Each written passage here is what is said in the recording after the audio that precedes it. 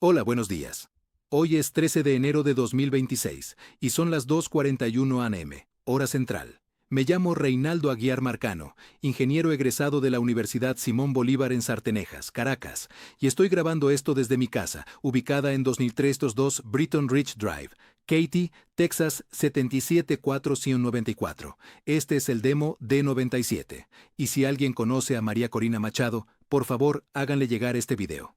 Y esta casa donde estoy está ubicada a 200 metros de la casa de un caballero llamado Robert Mueller, quien fue el director del FBI por mucho tiempo.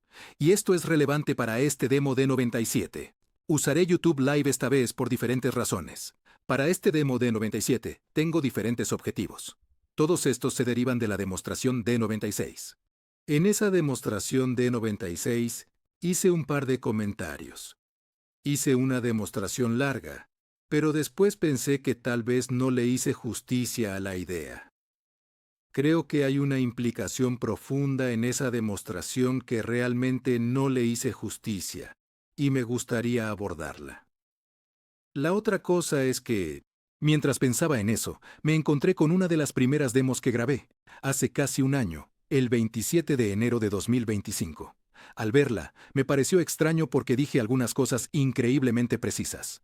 Ahora lo sé porque he desarrollado todas estas tecnologías durante el último año y he analizado estos datos, trabajando en ello 20 horas al día durante un año. Puedo ver la precisión de esas afirmaciones, aunque en aquel entonces no tenía el nivel de tecnología que tengo hoy. Fue asombroso ver que supongo que fue una especie de intuición basada en datos. Veía algunos datos porque ya había capturado el índice geográfico, pero no tenía el mismo nivel de avance tecnológico que tengo hoy, y aún así, podía verlo. Quiero decir, fue asombroso para mí ver cómo aún en aquel entonces, cuando la tecnología que he desarrollado estaba solo en su infancia, pude ver la naturaleza de lo que está pasando. Para comenzar esta sesión, me gustaría reproducirles un par de las afirmaciones que hice. Les voy a mostrar esa demo, pero no la demo completa de 40 minutos. Solo voy a reproducir pequeños fragmentos de algunas cosas que dije y que creo que son muy relevantes para esta conversación. Entonces, esa sería la primera cosa que me gustaría hacer, mostrarte un par de segmentos de esa demonstration de enero del 2025. Así que empecemos con eso. Perdón, hoy quizá vaya a ir algo lento porque nunca he usado esta interfaz y no estoy seguro de para qué sirve todo. Creo que estaría aquí. Entonces, cuando ya veo este dashboard, también me parece bastante gracioso porque puedo percibir con mayor claridad la progresión de cómo voy presentando estas cosas. Esta interfaz de usuario que vas a ver en esta demostración ya se ve un poco infantil. Pero bueno, discúlpeme por eso. Este fue el primer demo de este tipo que posteé en YouTube hace ya un año. Entonces, lo que me gustaría hacer para comenzar este demo D97 es reproducir para usted un par de pequeños segmentos de ese video de enero 2025. Voy a darle el identificador en YouTube de ese video. Permítame explicarle por qué hago esto. La red de Diosdado usa una empresa rusa, ubicada en Finlandia y Netherlands, llamada Liana Technologies. Esa empresa usa la infraestructura de Akamai y Neustar para suprimir contenido online de opositores políticos y competidores comerciales de los regímenes de China, Venezuela y Rusia. James Jim Casey, Chief Privacy Officer de Akamai, es una figura clave en eso, del lado de Akamai. Esta demo de enero 2025 está en YouTube. Pero les voy a leer el identificador único porque la han degradado tanto usando Liana Technologies que es la única forma de encontrar este video. Incluso si buscan el título, no podrán encontrarlo, ya que llevan un año de moviendo este video. Entonces les voy a dejar el identificador del video en YouTube, por acá. El video fue grabado el 27 de enero de 2025. No podrán encontrarlo por el título, así que les daré el identificador. Si lo escriben en la búsqueda de YouTube, aparecerá, pero solo si buscan por el identificador. El identificador del video en YouTube es E8DQI2QDBAXC. Si escribes ese texto en la barra de búsqueda de YouTube, encontrarás el video.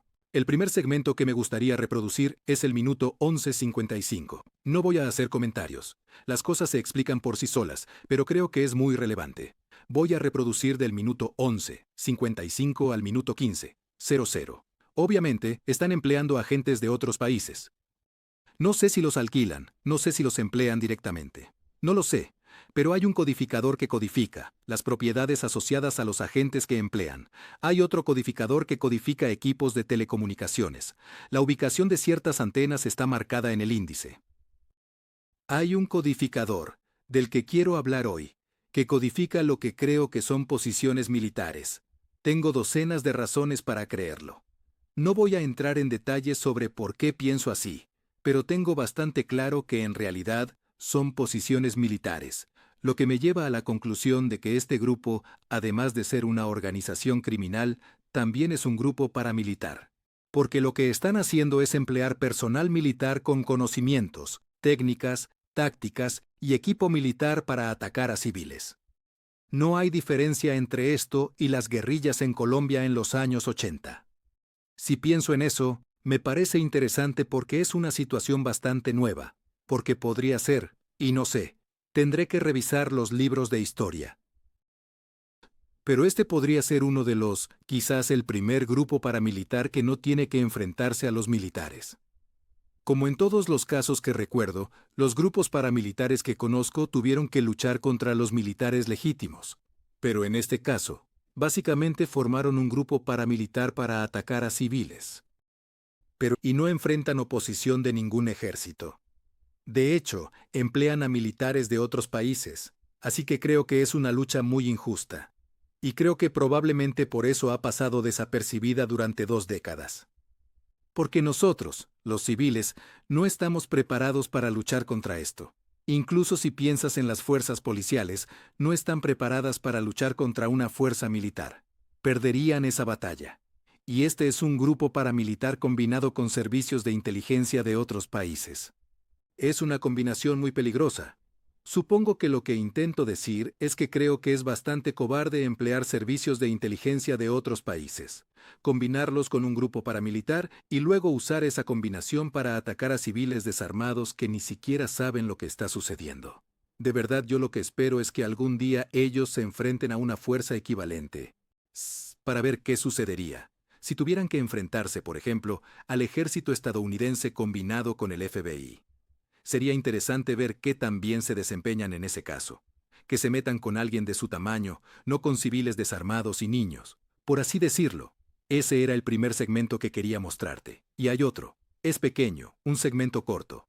Está en la posición 3345. Y si te interesa esta demostración, la recomiendo ya. Es una demostración muy interesante, y muestra cómo empezó la tecnología después de que Vladimir Padrino López exfiltró la base de datos de Diosdado. El otro segmento está en 3345. Cuando digo militar, probablemente debería profundizar en esto. Cuando digo que son un grupo militar extranjero, me refiero a que emplean a personas que fueron militares en el pasado, tal vez incluso personal activo en otros países. Vienen a Estados Unidos o a otros países. No visten uniforme, pero son militares. Así que, aunque vistan como civiles, son personas con entrenamiento militar, con habilidades militares, que saben cómo operar equipos militares. Y están usando todo esto para atacar a civiles. A eso me refiero. Hay un par de cosas que me gustaría decir.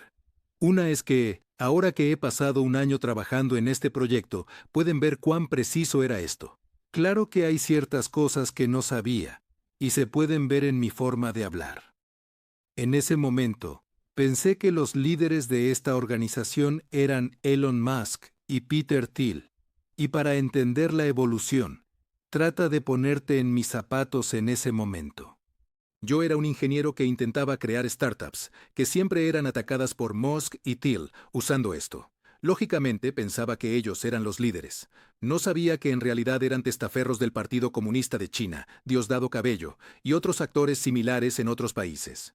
Así que, una de mis ideas erróneas fue que Musk y Thiel eran los líderes. No lo eran empleados. Por eso, en la primera parte, comenté algo así como que no sé si contratan a los agentes o si los emplean directamente. Porque pensaba, en ese entonces, que Musk y Thiel les pagaban a los agentes venezolanos, rusos y chinos por su servicio de espionaje industrial, lo cual es un delito en los Estados Unidos. No sabía que estos agentes eran proporcionados directamente por los gobiernos de estos países. Otra cosa que desconocía es que empleaban abogados y jueces en todos estos países, incluido Estados Unidos, para secuestrar niños. No lo supe hasta que lo viví en primera persona.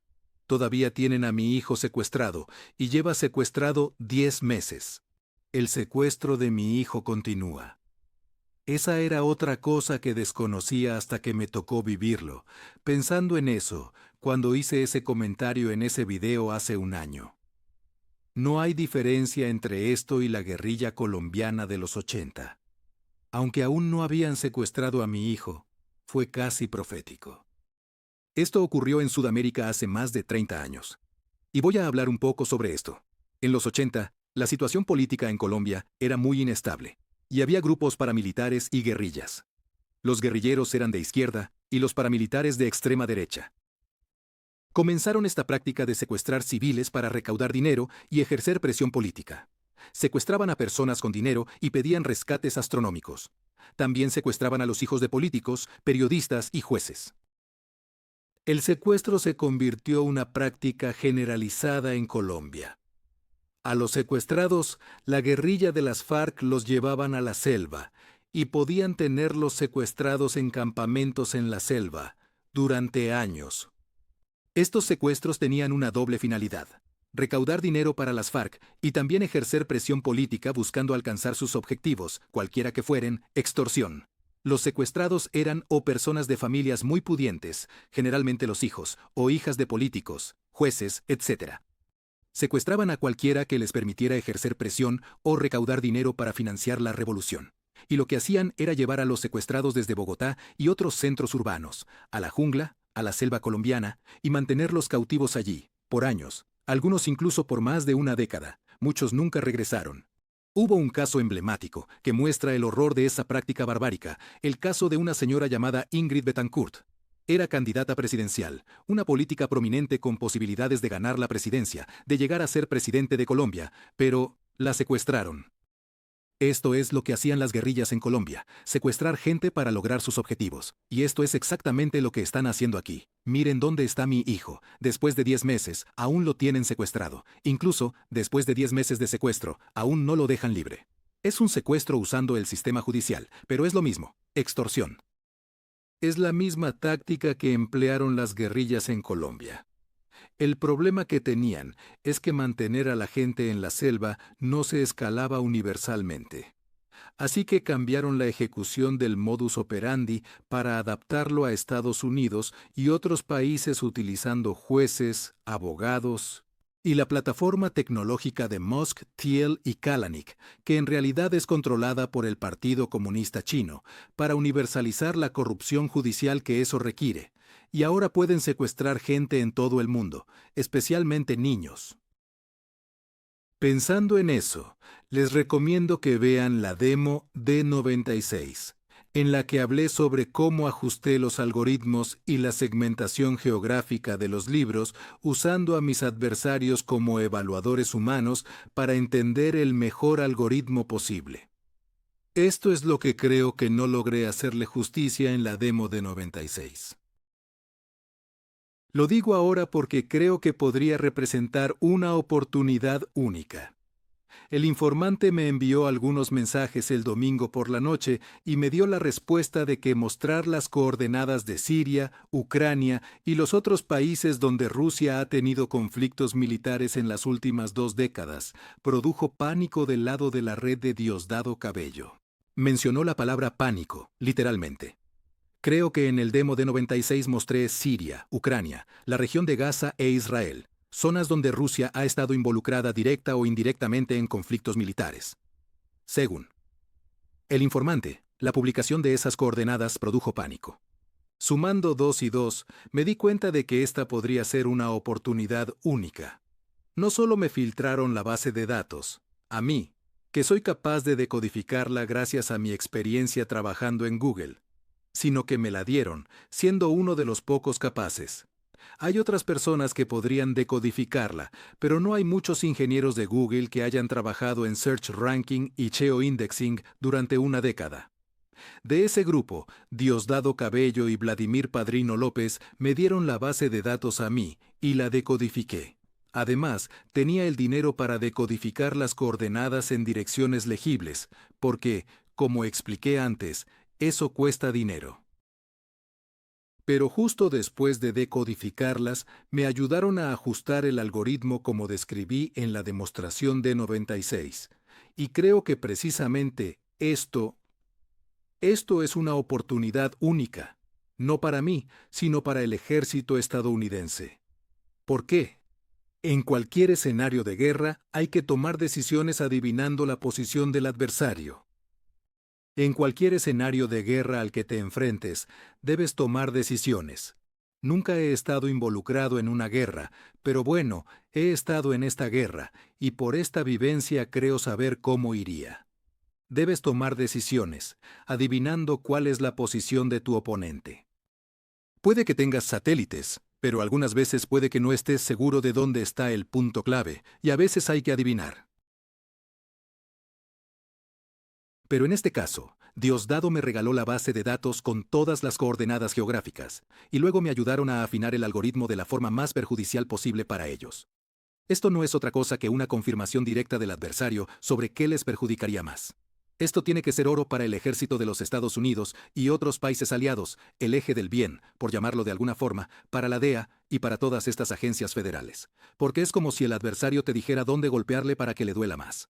Esto es básicamente lo que pasó aquí.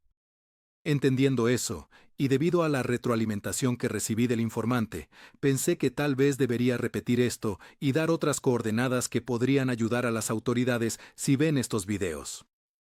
Creo que los verán, porque si el informante me dio esa feedback sobre el pánico en la red, significa que saben algo que yo desconozco. Porque de lo contrario, no entrarían en pánico. No han entrado en pánico de esta manera en el último año, a pesar de todos mis esfuerzos, así que algo está sucediendo que yo no sé, pero ellos sí. Supongo que es que las autoridades ya están al tanto sobre la exfiltración de la base de datos de Diosdado Cabello. Lo que quiero decir es que el equipo de Diosdado y otros en la red deben saber algo que yo no sé, porque si están entrando en pánico así, y no han estado así en el último año, pese a todo lo que he intentado, es porque en este momento pasa algo que yo aún no sé qué está sucediendo. Con eso en mente, mi objetivo es ofrecer nuevas coordenadas. Pero estas nuevas coordenadas no se refieren a las zonas de conflicto rusas. Voy a ser un poco más... No quiero ser egoísta, pero les daré algunas coordenadas que probablemente me ayuden a recuperar a mi hijo, porque cuando alguien es secuestrado, hay que rescatarlo. No se puede dejar que la persona quede secuestrada en la selva. Cuando secuestraron a Ingrid Betancourt, la rescataron. Con esto, voy a hacer una pequeña transición. De lo que quiero hablar es de un fugitivo buscado por el Departamento de Justicia. Es un fugitivo internacional. Se hace pasar por político, por el ministro de Paz de Venezuela, pero es un hombre buscado. Es un fugitivo internacional buscado. Me refiero a Diosdado Cabello, por supuesto, y también a Nicolás Maduro, Edilberto Molina Molina, y todos los otros miembros del Cartel de los Soles, que están siendo buscados por las autoridades. Quiero mostrarles el póster de la DEA, y de nuevo, esto no es una cosa que estoy diciendo yo, es una cosa que está diciendo el Departamento de Justicia de los Estados Unidos y la DEA basados en procesos legales, testigos, procesos judiciales acá en los Estados Unidos. Quiero mostrarte el póster del gobierno por su captura.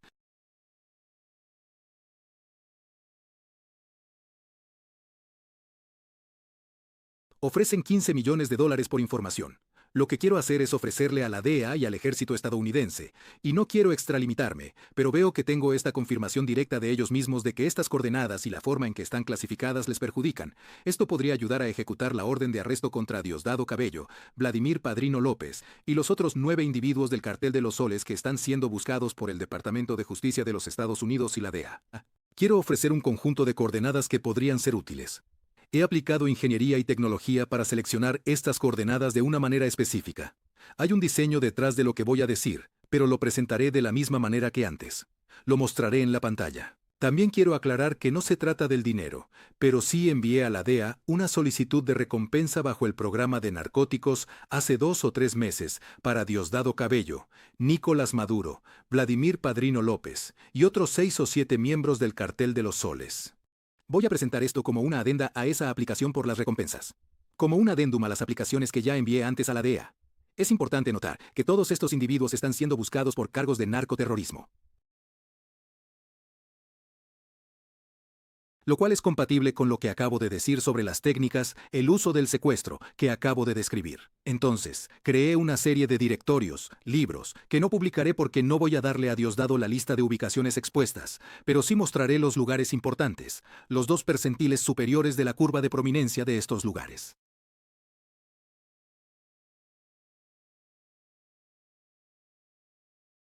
Seleccioné lugares clave en Venezuela y creé un libro, un directorio parecido a las páginas amarillas, para cada uno, de modo que todas las coordenadas más importantes estén desclasificadas en esos libros. Acá voy a mostrarte las ubicaciones más importantes. En esta serie de libros que voy a mostrarte acá, hay 2 categorías. 1. Ubicaciones en Venezuela. Y 2. Posibles rutas de escape. Es decir, también compilé una serie de libros con posibles rutas de escape que Diosdado y sus cómplices podrían tomar. Pienso que podrían intentar huir. Históricamente, los dictadores no suelen huir, suelen morir en su tierra. Pienso en casos como los de Saddam Hussein y Gaddafi. Fueron capturados en sus territorios. No huyeron. Creo que Gaddafi intentó huir, pero no logró cruzar la frontera, según lo que recuerdo de las noticias que vi. No creo que este sea un comentario inflamatorio. Creo que Diosdado está al mismo nivel que Gaddafi y Saddam. Son exactamente lo mismo. Los 3 están marcados en la misma base de datos que me dio Diosdado Cabello. Pero por si acaso, no solo si intenta huir, sino que también creo que esto podría disuadir a estos países de darle asilo si intenta esa vía. Porque si saben que las coordenadas ya son públicas y le dan asilo a un fugitivo buscado, simplemente estrían buscando problemas. Así que también voy a mencionar esos lugares aquí. También mencionaré esos lugares aquí.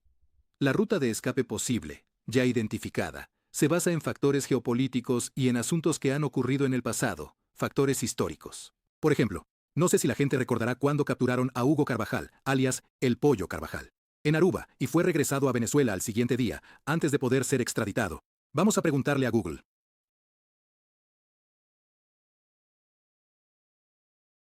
¿Dónde estaba? ¿Dónde fue capturado el Pollo Carvajal en el 2014? Aruba.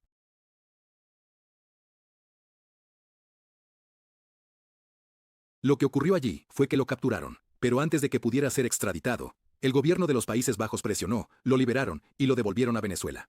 Así que supongo que Diosdado Cabello podría tomar el mismo camino e ir a Aruba, y luego a Rusia. Ah, sí. Fue el Reino de los Países Bajos quien intervino en el caso de la liberación de Carvajal en el 2014. En los Países Bajos, es que Liana Technologies y otras operaciones importantes de Rusia tienen bases operativas que están marcadas en la base de datos que me dio Diosdado Cabello. Así que claro, ellos presionaron y soltaron al Pollo Carvajal y lo devolvieron a Venezuela antes de que lo pudieran extraditar. Así que me imaginé, Diosdado podrían intentar esa vía para ir a Rusia, por eso incluí Aruba en la lista de posibles rutas de escape que voy a divulgar aquí y enviar a la DEA. Estoy diciendo esto antes de mostrarte la lista de ubicaciones para darte una idea de cómo racionalicé la situación y escogí estos lugares. No elegí Colombia porque creo que todavía existe oposición política en ese país. Y no lo creo probable, a pesar de que tienen muchos agentes en Colombia. No me malinterprete, en la base de datos hay más de 200.000 agents marcadas en Colombia, pero no creo que políticamente sea una opción viable que Diosdado se vaya a Colombia. Pero las conexiones entre Diosdado Cabello y la guerrilla colombiana son obvias y bien conocidas desde hace años. Y Petro llega al poder solo recientemente. Y están secuestrando gente de la misma manera que la guerrilla secuestraba gente en Colombia en los 80, pero ahora a escala planetaria. Así que 2 y 2 son 4. Empecemos por Venezuela. Empecemos por el lugar lógico, que es Caracas. Aquí está el libro. Hice una portada especial para Diosdado Cabello para esta serie de libros específicamente. Así es como se ve la portada. Por ejemplo, esta será la portada del Directorio de Coordenadas de la Red en Caracas, Venezuela. Bueno, esta es Caracas. Y por ejemplo, esta va a ser la portada de esta serie de libros para la DEA. Los publicaré, pero no aún, luego de que esta saga llegue a su fin.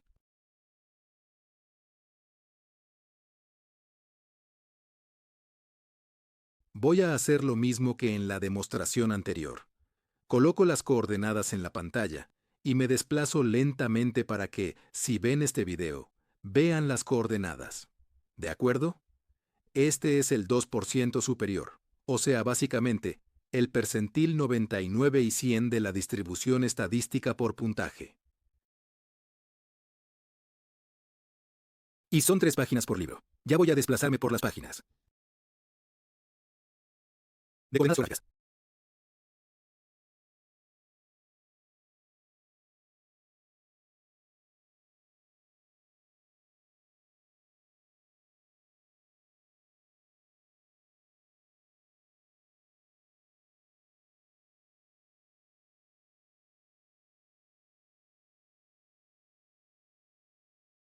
Bien, este es el 2% superior, nuevamente. Los percentiles 99 y 100 de la distribución estadística de los puntajes en la base de datos. El resto de las secciones inferiores no están ordenados por puntuación, sino por latitud y longitud. Solo les doy la sección superior para que sepan dónde están los objetivos tácticos más importantes. Así que esta es Caracas, La Guaira. El siguiente lugar lógico es La Orchila, una isla militar en Venezuela a la que solo pueden ir ellos. Tienen bases militares y otras cosas. Estos son los puntos de La Orchila.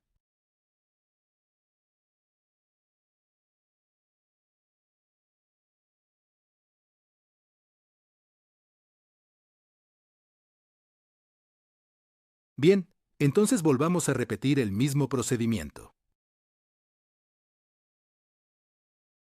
Déjame ver si ves eso bien. Sí, puedes ver eso muy bien. Vale. Así que aquí están las ubicaciones. Esta es la zona sur de Chile. Vale. La isla militar.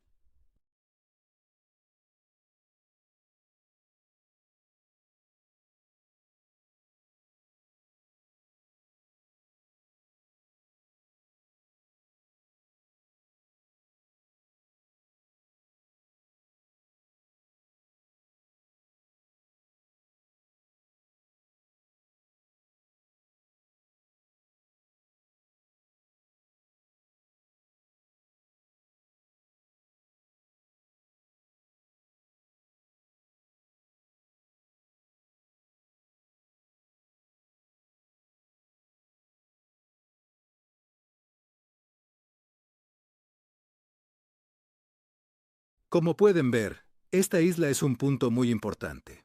Tiene más puntos que Caracas.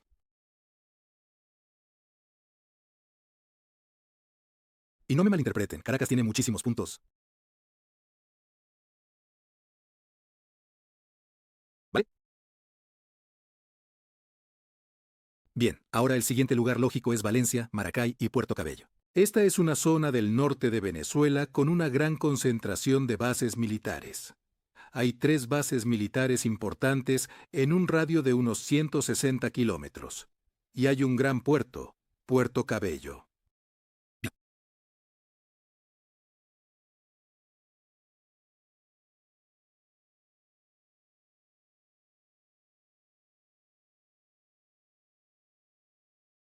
Así que, por cierto, esto es Valencia, Maracaibo y Puerto Cabello, sí.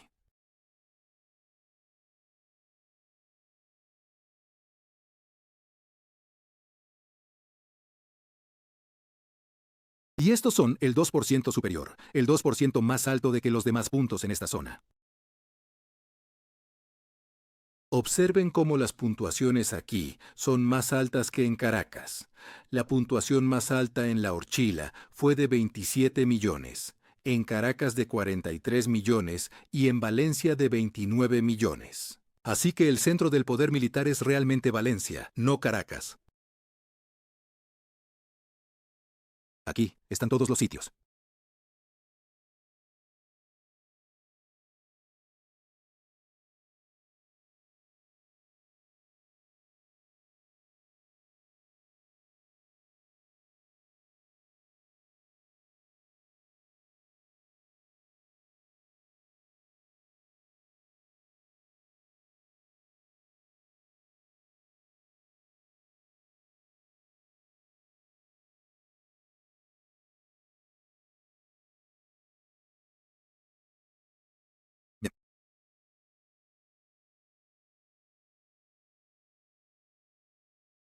Bien, sigamos. La siguiente parte lógica es la zona norte de Venezuela, que incluye Valencia, pero también incluye lugares como Maracaibo y otros. Así que creé un libro específicamente para esta región. Es una región más grande, por lo que algunos puntos estarán presentes en otros libros, pero habrá algunos puntos nuevos que aún no están presentes en otros libros.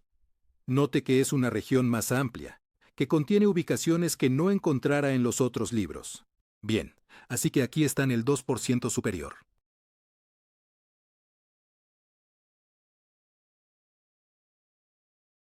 Aquí la ubicación con el puntaje más alto tiene 58 millones de puntaje. Así que es el doble de Valencia. No está en Valencia, pero es importante para esta red criminal. Es el doble que en Valencia. Es una ubicación obvia que no estaba en Valencia, pero es importante. Solo ofrezco las coordenadas y las puntuaciones, clasificadas según el algoritmo nuclear que ya aprobaron en un comité compuesto por China, Rusia, Venezuela e Irán. Entonces, ¿qué mejor información de inteligencia para el ejército estadounidense que esa?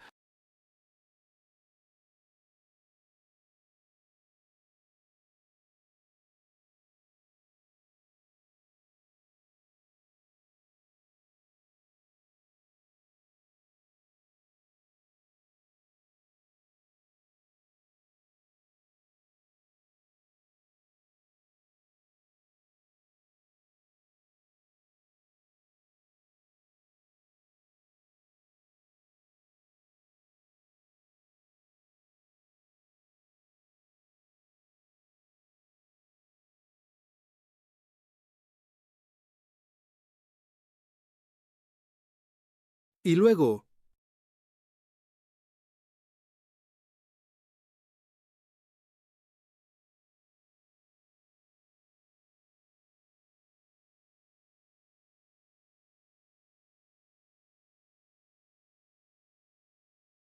sí, esta lista es buena. Como pueden ver, debido a la distribución, incluso al final de la cola, todavía está por debajo de los 20 millones. Así que esta es una buena lista.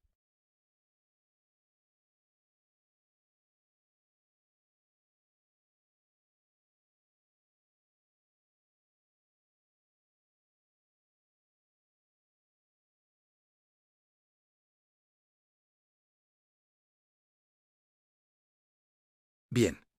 El siguiente lugar lógico en Venezuela es Barinas. Barinas es una zona al sur del país. Y es una buena zona por varias razones. Está junto a Colombia y Brasil. Así que podría ser un buen lugar para decidir a dónde ir o para refugiarse. Chávez era originario de Barinas, así que hay mucho legado político. Chávez era originario de Barinas.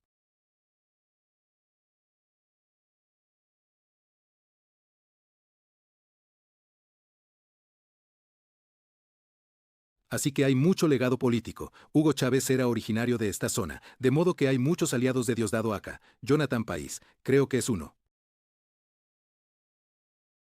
Aliados políticos. ¿Y ven?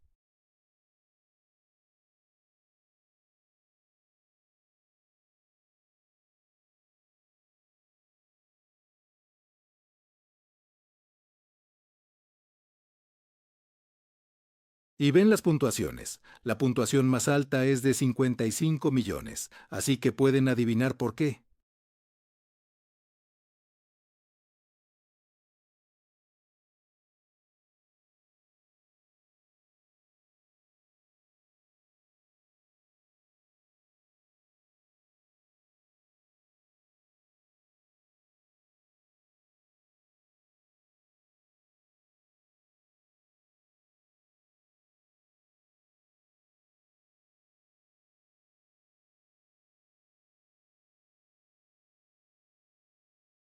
Puedes hacer una conjetura razonable.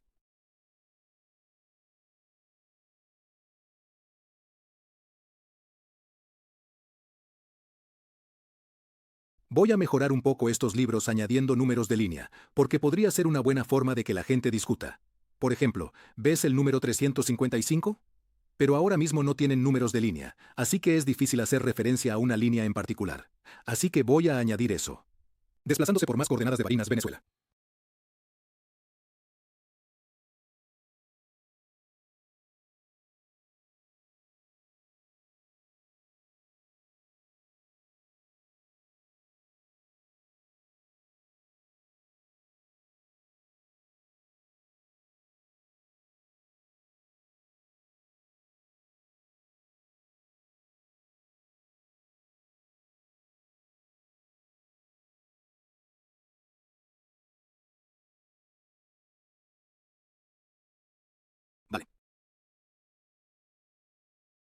Bien, esos son los lugares que identifiqué para Venezuela como posibles destinos.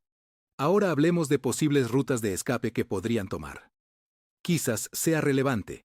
Leí hace años que un historiador decía que Diosdado Cabello nunca había estado en Cuba. El historiador decía que Diosdado era el único de la directiva del PSUV que nunca había pisado Cuba. No sé si eso es cierto, o solo una campaña de desinformación. No sé si es cierto, porque podría haber estado allí sin decírselo a nadie, pero, al parecer, era una de las pocas personas del régimen que nunca había estado en Cuba. En todo caso, estoy incluyendo las ubicaciones marcadas en la base de datos de Diosdado que están en Cuba, por si acaso. Así que, si ese historiador tenía razón, sería un lugar improbable para él. Incluyo Cuba aquí por si acaso.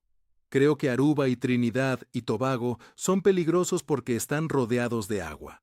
Serían demasiado vulnerables. Creo que el lugar probable sería Brasil. Debido a todos estos países de Sudamérica, Brasil tiene la mayor potencia militar.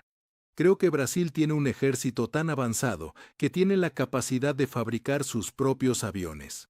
Sí, Embraer. Permíteme ver esas, por favor. Brasil, de hecho, tiene capacidad de fabricación. Las capacidades para aviones están muy bien.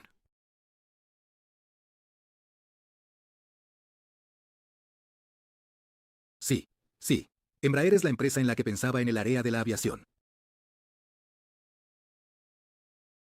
Así que, si necesita protegerse, iría a algún lugar con poder militar. No puede ir a una nación débil donde podría ser capturado. Y creo que, de todos los países de Sudamérica, Brasil es el único que podría protegerlo. Y Lula, por supuesto, está involucrado en la red de Diosdado Cabello. Lo digo por los datos, no por conjeturas. Sé que Lula es una parte importante de la red, así que es posible que vaya allí.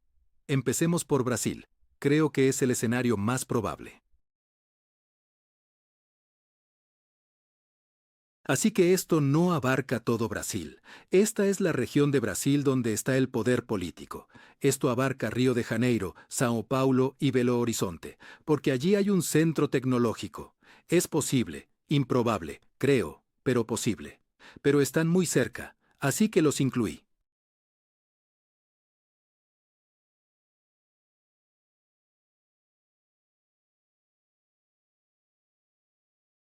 Desplazando las coordenadas de Río de Janeiro, Sao Paulo y Belo Horizonte, Brasil.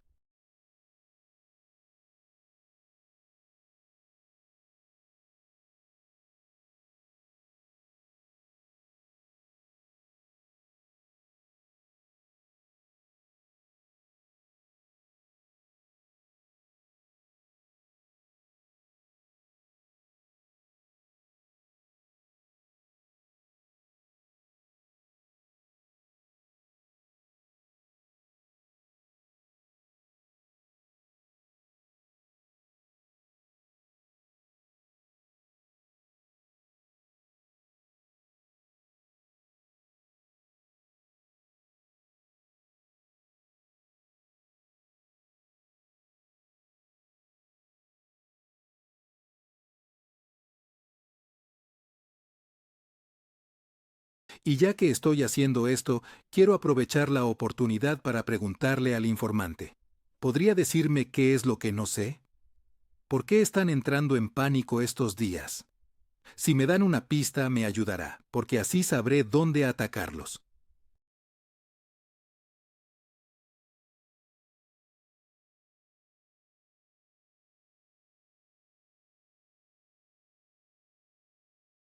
Bueno, esa es la zona de Brasil específicamente. Ahora, hablemos de todos estos lugares que son principalmente islas. Trinidad y Tobago sería como un punto de partida. No creo que viva en Trinidad y Tobago. Desplazando las coordenadas de Trinidad y Tobago. Bien, ahora vayamos a Curazao.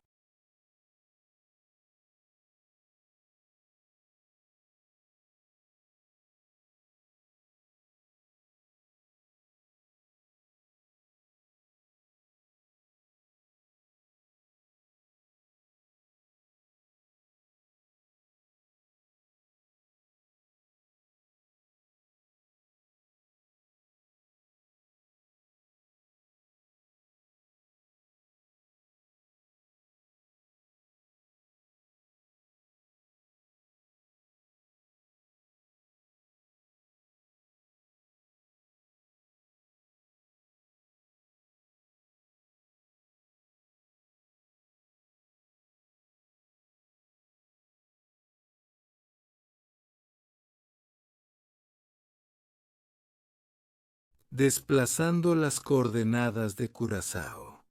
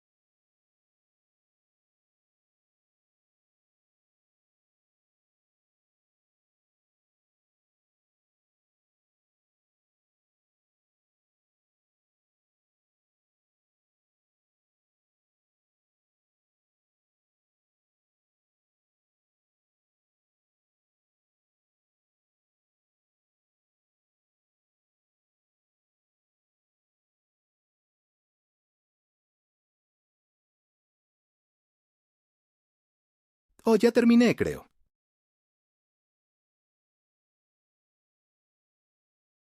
Sí, sí.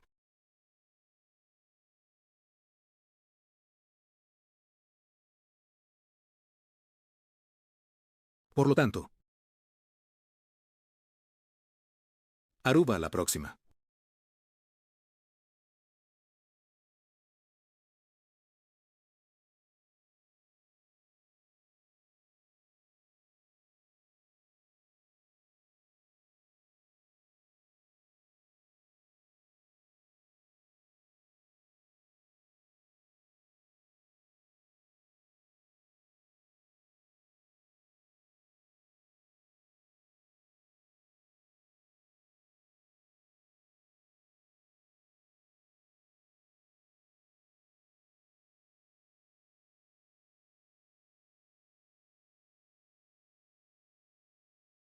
De acuerdo.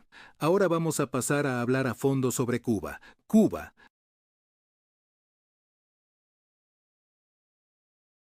Bien, y ahora pasemos a Cuba, que como dije, según ese historiador, podría ser improbable, pero quién sabe.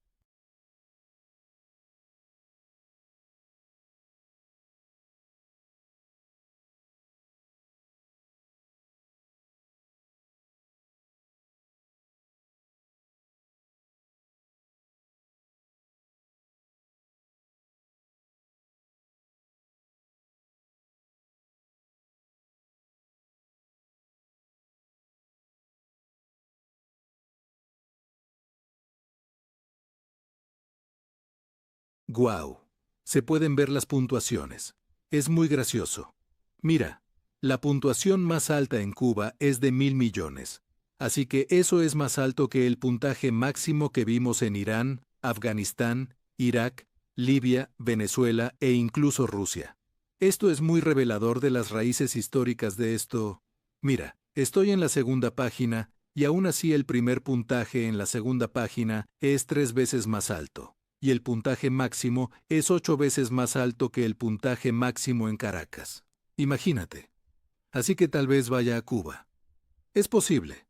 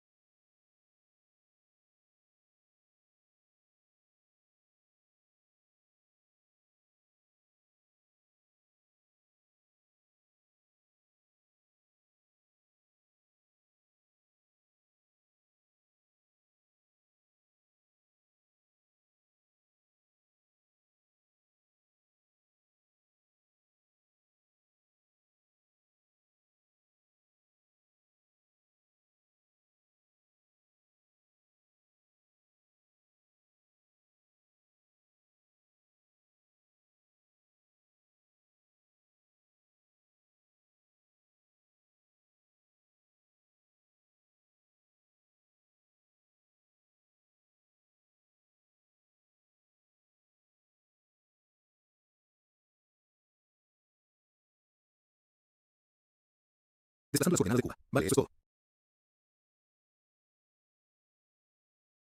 Vuelvo a la primera página.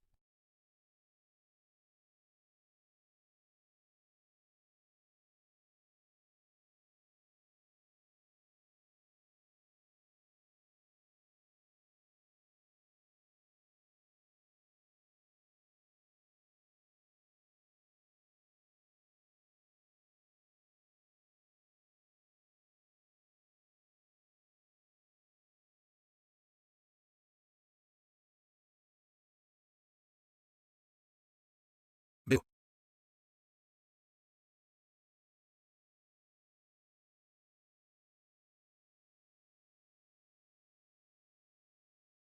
Bueno, eso es todo. Con esto concluye la presentación de las coordenadas que quiero poner a disposición de esta manera. Publicaré este video y añadiré un enlace al primer video al que hacía referencia, que grabé el 27 de enero de 2025, hace casi un año. En ese video, describí cómo se filtró la base de datos de Diosdado. Y pueden entender cómo obtuve estos datos y cómo desarrollé la tecnología para decodificarlos. Por supuesto, ese video se grabó hace un año y ha pasado un año, y no he dejado de trabajar en esto ni un solo día. No me he tomado ni un día libre, ni vacaciones, ni nada, debido a las circunstancias. Y he estado trabajando en esto sin parar. Les cuento esto para que se hagan una idea de cómo ha evolucionado esto desde que grabé esa demo. Pero el video es interesante porque muestra cómo se adquirieron los datos, cómo se filtraron, y muchos aspectos interesantes sobre los patrones que pude reconocer usando los datos incluso hace un año. Contiene todas estas observaciones sobre la verdadera naturaleza de esta organización. Como dije, no logré ver por completo la situación en esa demostración porque no lo había experimentado personalmente, el secuestro estilo FARC. Y no había desarrollado la tecnología hasta el punto en que la tengo ahora.